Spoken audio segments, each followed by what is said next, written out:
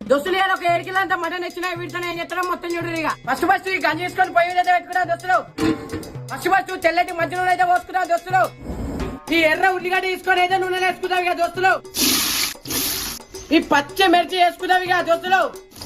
ఈ ఉల్లిగడ్డ పచ్చి మిర్చి వేసినాక కొద్దిగడ్డ సన్నటి తెల్ల ఉప్పు అయితే పోసుకోవాలి. బగారాకులోనే చెక్క ముక్కలు అయితే మర్చిపోయిన దోస్తులు ఇప్పుడైతే వేసుకుంటున్నా. ఇప్పుడు పసుపు కొమ్ముల పచ్చడి పసుపు అయితే పోసుకుందాం దోస్తులు. అల్లం వెల్లుల్లి పేరు అయితే వేసుకున్నా దోస్తులు.